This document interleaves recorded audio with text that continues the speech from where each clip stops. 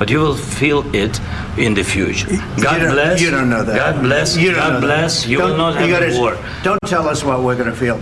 We're trying to solve a problem. Don't tell us what we're going to feel. I'm not telling you. Because you're in no position to dictate that. That's exactly what you're doing. You're in no position to dictate what we're going to feel. We're going to feel very good. You will feel influence. We're going to feel very good and very strong. You will feel influence. You're right now not in a very good position. You've allowed yourself to be in a very bad position, and he happens to be right about it. From the very beginning of the war. You're not in a good position. You don't have the cards right now. With us, you start having cards. Right now, you don't. You're playing cards. You're playing cards. You're gambling with the lives of millions of people. You're gambling with World War III. You're gambling with World War III. And what you're doing is very disrespectful to the country, this country, that's backed you far more than a lot of people said they should have. Have you said thank you once? This entire meeting? No, in this entire meeting, have you said thank you? You went to Pennsylvania and campaigned for the opposition in October. Offer some words of appreciation for the United States of America and the president who's trying to save your country. Please, you think that if you will speak very loudly about the war, He's not speaking loudly. He's not speaking loudly. Your country's in big trouble. Can I Wait a minute. No. You've done a lot of talking. Your country is in big trouble. I know. You're not winning. You're not winning this. You have a damn good chance of coming out okay because of us. Mr. President, we are staying in our country, staying strong from the very beginning of the war. We've been alone, and we are thankful. I said thanks you haven't in been this alone. cabinet. You haven't been alone. In this cabinet. We gave you, through this stupid president, $350 billion. We gave you military equipment, and your men are brave, but they had to use our military. If you didn't have our military equipment, this war would have been over in 2 weeks. In 3 days, I heard it from Putin. In 3 days, this is something maybe new. Less. In 2 weeks, of course, yes. It's going to be a very hard thing to do business like this. Again, just say thank you. तर या सगळ्या संदर्भात अधिकची बातचीत करण्यासाठी आणि विश्लेषण करण्यासाठी आंतरराष्ट्रीय विषयांचे तज्ज्ञ शैलेंद्र देवळाणकर सर आपल्यासोबत आहेत. सर नमस्कार.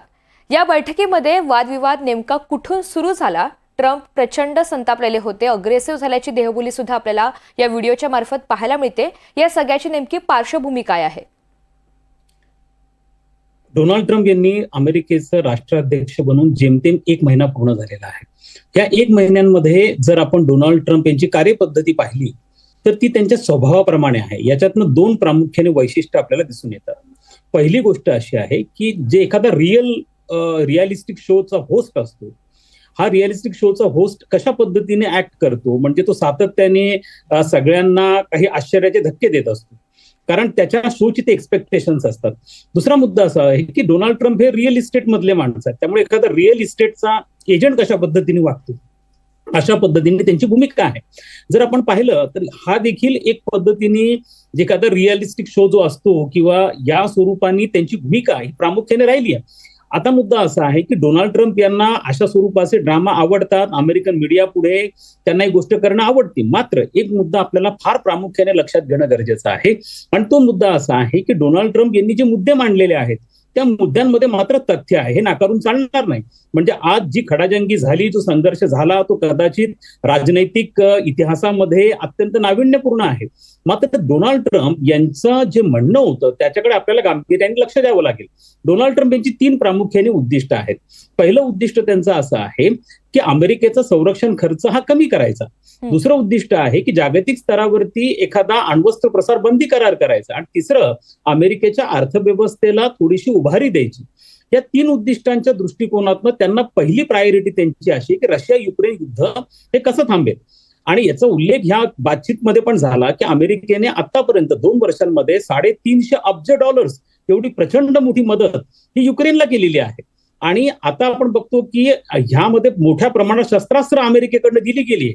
आणि हे देखील झेलेन्स्की यांनी मान्य केले की जर अमेरिकेची मदत नसली असती तर 3 दिवसांमध्ये हे युद्ध संपलं असतं, रशिया जिंकला असता, युक्रेन हारला असता. युक्रेन टिकला का बरं आहे? कारण तो अमेरिकेच्या मदतीमुळे टिकलेला आहे. आणि त्यामुळे जर हे युद्ध थांबलं तर अमेरिकेची जे मोठं या युद्धामधला खर्च होतो तो वाचणार आहे. आणि त्या दृष्टिकोनातून प्रयत्न चालू आहे. गेली 2 वर्ष झालं जगातल्या कोणत्या नेत्यांनी हे धाडस दाखवलं आहे युद्ध सोडवण्याचं? कोणाकडे हे नेमकी स्ट्रॅटेजी आहे हे युद्ध सोडवण्याची? युरोपियन देशांना पूर्णपणे अपयश आलेलं आहे. हे युद्ध सुटत नाहीये. असं वाटत होतं की युद्ध 1 महिन्यात संपेल, परंतु हे युद्ध 2 वर्ष चाललं आणि भविष्यातही अजून हे युद्ध चालतच राहणार आहे. जगाला याची किंमत मोजावी लागते. डोनाल्ड ट्रम्प असं म्हणतात की माझ्याकडे स्ट्रॅटेजी आहे, त्यासाठी मी दोघांना चर्चेच्या व्यासपीठावरती घेऊन यायला तयार आहे, परंतु दोघांनी एक पाऊल मागे गेलं पाहिजे आहे. आणि त्या दृष्टिकोनातून जर झेलेन्स्कींचं आपण आजचं वागणं बघितलं तर असं दिसतंय की त्या अशा स्वरूपाच्या पीस डीलला फारसे तयार नाहीयेत. दुसरं, त्यांना सिक्युरिटी गॅरंटी पाहिजे आहे. दुसरं असं आहे की ज्या वेळेला तुम्ही इतर देशांच्या मदतीवरती विसंबून असता, त्यांच्याकडनं मदत मागता, तुम्ही बघा झेलेन्स्की, तुम्ही आता आम्हाला शोवरती स्क्रीनवरती झेलेन्स्कीची बॉडी लँग्वेज आपल्याला दिसते आहे. ही बॉडी लँग्वेज काय आहे? ही मदत मागण्याची बॉडी लँग्वेज नाही आहे. ही मदत ज्या पद्धतीने ते बसले आहेत, त्यांचा कॉन्फिडन्स आहे, ते वाद घालता आहेत, एखाद्या प्रेसिडेन्शियल डिबेट सारखा हा प्रकार वाटतो आहे. यामध्ये त्यांनी लक्षात घेणं गरजेचं आहे की पूर्णपणे युक्रेन हा अडचणीत सापडलेला आहे. त्यांना अमेरिकेच्या मदतीची गरज आहे. या संघर्षामधनं मार्ग निघणं गरजेचं आहे. मात्र झेलेन्स्कीच्या टर्म्स डिक्टेट करताना दिसत आहेत. त्यामुळे ह्या ज्या गोष्टी ट्रम्प यांच्या आहेत, त्यांचा उद्देश जो आहे तो योग्यच आहे. आणि दोघांना एका टेबलवरती आणणं, या युद्धातनं मार्ग काढणं, शांतता निर्माण करणं, हे डोनाल्ड ट्रम्प बघता आहेत, करता आहेत. मात्र ज्या पद्धतीने हा सगळा प्रकार हँडल केला गेला तो मात्र राजनैतिक इतिहासासाठी नाविन्यपूर्ण होता. दोघांमध्ये वाद झाला, दोघांमध्ये खडाजंगी झाली आणि सगळ्या जगाने ते पाहिलं. आता मुद्दा महत्वाचा असा आहे की अमेरिका या युद्धामधनं माघार घेईल का, पहिली गोष्ट, आणि युक्रेनच्या त्या एकूणच रशिया युक्रेन युद्धाचं भवितव्य काय असेल यावरती मात्र प्रश्नचिन्ह नक्कीच निर्माण झाला आहे. निश्चितच तोच मुद्दा आहे सर. खरं तर ट्रम्प यांचे मुद्दे परखड जरी असले तरी ते अतिशय योग्य होते. या संघर्षामुळे झेलेन्स्की यांचा व्हाईट हाऊस दौरा हा निष्फळ ठरलाय हे मात्र आता निश्चित आहे, ज्यामुळे अमेरिका आणि युक्रेन संबंधांच्या भविष्याबद्दल सुद्धा काहीशी चिंता व्यक्त केली जाते. नेमकी पुढील संभाव्य परिस्थिती कशी असेल? बघा, झेलेन्स्की यांनी काही अटी ह्या शांतता करारासाठी ठेवल्यात. ज्या शांतता करार प्रस्तावित केला गेला डोनाल्ड ट्रम्पकडनं आणि रशियन प्रतिनिधींबरोबर सौदी अरेबियातल्या रियादमध्ये एक चर्चेची फेरी पण झालेली आहे. आता मुद्दा असा आहे की झेलेन्स्की असं म्हणत आहेत की जर मी शांतता करार केला तर माझ्या प्रामुख्याने 2 अटी आहेत. पहिली अट अशी आहे की रशियाने जो 20% भाग युक्रेनचा गिळंकृत केलेला आहे तो 20% भाग आम्हाला परत करावा. आणि दुसरं असं आहे की मला सिक्युरिटी गॅरंटी द्या. म्हणजे उद्या तुम्ही शांतता करार केला, पुन्हा रशियाने जर माझ्यावरती आक्रमण केलं, युक्रेनवरती आक्रमण केलं, तर आमचं रक्षण कोण करणार? त्यामुळे आम्हाला सिक्युरिटी गॅरंटी पाहिजे आहे. त्या 2 मागण्या त्या प्रामुख्याने करत आहेत. या दोन्हींसाठी अमेरिका तयार आहे. मुद्दा असा आहे की याच्यासाठी इंग्लंडचे पीसकीपिंग फोर्सेस पाठवण्याचं देखील निश्चित झालेलं आहे. डोनाल्ड ट्रम्प यांना झेलेन्स्कीकडनं एक मोठं डील पाहिजे आहे. ते डील आहे खनिज संपत्तीच्या बाबतीमध्ये. युक्रेनकडे मोठ्या प्रमाणावरती खनिज संपत्ती आहे. त्यामध्ये लिथियम सारखा एक असा महत्वाचा मिनरल आहे की जो सगळीकडे त्याची डिमांड जगभरामधनं आहे. मोबाईलच्या बॅटरीपासून सगळीकडे लिथियमचा वापर होतो. त्यामुळे ह्या लिथियमच्या ज्या खाणी आहेत त्याला 50% ऍक्सेस हा अमेरिकेचा पाहिजे आहे. खरं झेलेन्स्की यासाठी तयार आहेत. मुद्दा असा आहे की यामध्ये झेलेन्स्कीने देखील 2 पावलं मागे जाणं अत्यंत गरजेचं आहे. मला असं वाटतं की ज्या पद्धतीने ह्या बोलण्या फिसकटलेल्या आहेत त्यावरनं अमेरिका भविष्यामध्ये आपली मदत ही युक्रेनला चालू ठेवेल का, हा अत्यंत मोठा प्रश्नचिन्ह आहे. त्यामुळे झेलेन्स्कीला 2 पावलं मागे जावे लागतील. त्यांना अमेरिकेबरोबरचा जो डील आहे मिनेरलच्या धातूंच्या बाबतीमधला तो डील पूर्ण करावा लागेल आणि रशियाबरोबर चर्चेला सुरुवात करून या युद्धातनं मार्ग काढावा लागेल. सर, आणखी एक महत्त्वाचा मुद्दा आपण ज्याचा उल्लेख केला की झेलेन्स्की यांची जी देहबोली होती, जो ॲटिट्यूड होता, या संपूर्ण खडाजंगीनंतर चर्चेनंतरही ट्रम्प यांनी युक्रेनला अधिकचा पाठिंबा द्यावा अशी इच्छा काहीशी मीडियाशी बातचीत करत असताना झेलेन्स्की यांनी व्यक्त केली. या सगळ्या प्रकरणानंतर आता ट्रम्प यांची भूमिका खरोखर बदलेल का, आपल्याला काय वाटतं? हे बघा, डोनाल्ड ट्रम्प यांची कार्य करण्याची एक पद्धत आहे. ते उद्योगपती आहेत. आयुष्यभर ह्या माणसाने डील्स केलेले आहेत आणि डील्स करत असताना जसं उद्योगपती डील्स करतो, तुम्ही चर्चेच्या टेबलवरती येतात, पहिले तर डील करायचं आहे या मानसिकता तुम्ही बनवतात, त्यानंतर थोडीशी सौदेबाजी होती आणि या सौदेबाजीतनं एखादं डील वर्कआउट होतं. डिप्लोमसीमध्ये पण ह्याच गोष्टी घडतात. परंतु पहिले तर तुम्हाला मानसिकदृष्ट्या तयार राहावं लागतं की हो, आम्ही डीलसाठी तयार आहोत. या ठिकाणी झेलेन्स्की यांची बॉडी लँग्वेज हे दाखवते आहे की ते डीलसाठी तयार नाही आहेत आणि उलट ते जास्त टर्म्स डिक्टेट करायला लागलेले आहेत. त्यांनी हे लक्षात घेणं गरजेचं आहे की युरोपियन देश हे आता देखील फारसे युक्रेनला मदत करण्याच्या मनस्थितीत नाही. त्यांची आर्थिक अवस्था कठीण झाली आहे. फक्त मदत करणारा एकमेव देश कोणता आहे? तो अमेरिका आहे, जो इतकी प्रचंड मोठी मदत हा युक्रेनला करतो आहे. त्यामुळे यांनी अशा स्वरूपाने जशाच तसं उत्तर देण्याची झेलेन्स्कींना गरजच नव्हती. झेलेन्स्कींना जर अमेरिकेचे उपराष्ट्राध्यक्ष व्हॅन्स हे प्रोव्होक करण्याचा प्रयत्न करत त्यांनी शांत राहणं गरजेचं होतं.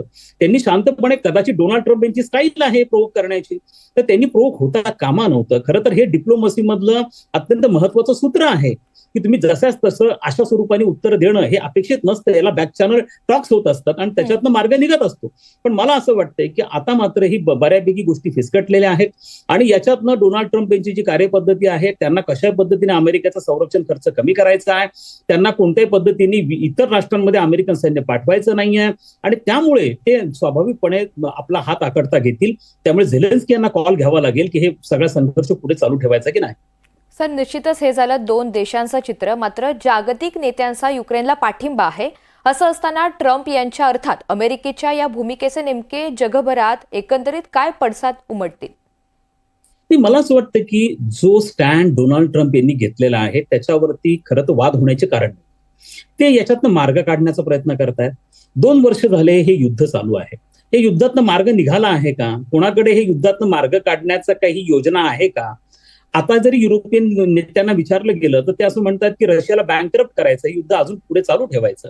याच्यातनं मार्ग निघणार नाहीये. डोनाल्ड ट्रम्प यांचं म्हणणं असं आहे, त्यांचा युक्तिवाद असा आहे की मी ज्या वेळेला सत्तेमध्ये होतो तेव्हा रशियाने धाडस दाखवलं नाही युक्रेनवरती हल्ला करण्याचं आणि माझ्यात क्षमता आहे की याच्यामधनं शांततेतनं मार्ग काढेल. त्यांनी मिडल ईस्ट मध्ये देखील हमास आणि इस्रायल यांच्यामधला संघर्ष थांबवला होता. त्यामुळे संघर्ष थांबला पाहिजे, याविषयी वाद होण्याचं काहीच कारण नाहीये. मग जर ट्रम्प शिवाय दुसरी कोणती स्ट्रॅटेजी असेल तर ती स्ट्रॅटेजी घेऊन पुढे यावं. मला असं वाटतं की या केसमध्ये एक पीस किपिंग फोर्स तयार केली जाऊ शकते. ही पीस किपिंग फोर्स कोणाची आहे हे म्हणणं, म्हणजे हे विचार करणं गरजेचं राहणार आहे. कदाचित भारताला देखील विनंती केली जाऊ शकते, कारण भारत हा न्यूट्रल देश आहे आणि त्यामुळे रशियाची अजिबात इच्छा नाही की नॅटोचे सैन्य म्हणा किंवा इंग्लंडचं देखील सैन्य हे पीस किपिंग फोर्सेस हे युक्रेनमध्ये येऊन थांबाव्यात. त्यामुळे एक तर चीन मधला ही भूमिका बजावण्यासाठी ट्रम्प सांगू शकतात किंवा भारताला देखील विनंती करू शकतात. भारताची पीस किपिंग फोर्सेसने युनायटेड नेशन्समध्ये महत्वाची भूमिका पार पाडली. भारत न्यूट्रल आहे. भारत ना रशियाच्या पक्षात आहे ना युक्रेनच्या पक्षात आहे. भारत शांततेच्या पक्षात आहे. त्यामुळे कदाचित भारताची पीस किपिंग फोर्सेस तिथे जाऊ शकतात, चीनच्या पीस किपिंग फोर्सेस तिथे जाऊ शकतात. मला असं वाटतं की डोनाल्ड ट्रम्प यांच्या माध्यमातून पहिल्यांदा कुठेतरी ह्या युद्धात मार्ग निघण्याचा प्रयत्न होतोय. मात्र ज्या पद्धतीने, जसं मी यापूर्वी पण म्हटलं की डोनाल्ड ट्रम्प यांची शो हँडल करण्याची एक पद्धत आहे आणि या व्यक्तीने त्या पद्धतीचे रियालिटी शो यापूर्वी देखील हँडल केलेले आहेत. त्यामुळे हा धक्का देणं, मोठा शो करणं, ड्रामेबाजी करणं, स्टेटमेंट करणं, ह्या गोष्टी ते करत राहतात. निश्चितच. आणि अमेरिका हा बलाढ्य देश आहे हे काही नाकारता येणार नाही आणि यासाठी जर मार्ग काढायचा असेल तर झेलेन्स्की आता 2 पावलं मागे येतात का, तडजोडीची भूमिका, नरमाईची भूमिका घेतात का, हे पाहणं आता महत्त्वाचं असेल. तर या सगळ्या विषयाच्या संदर्भात आपण विश्लेषण केलं त्यासाठी धन्यवाद.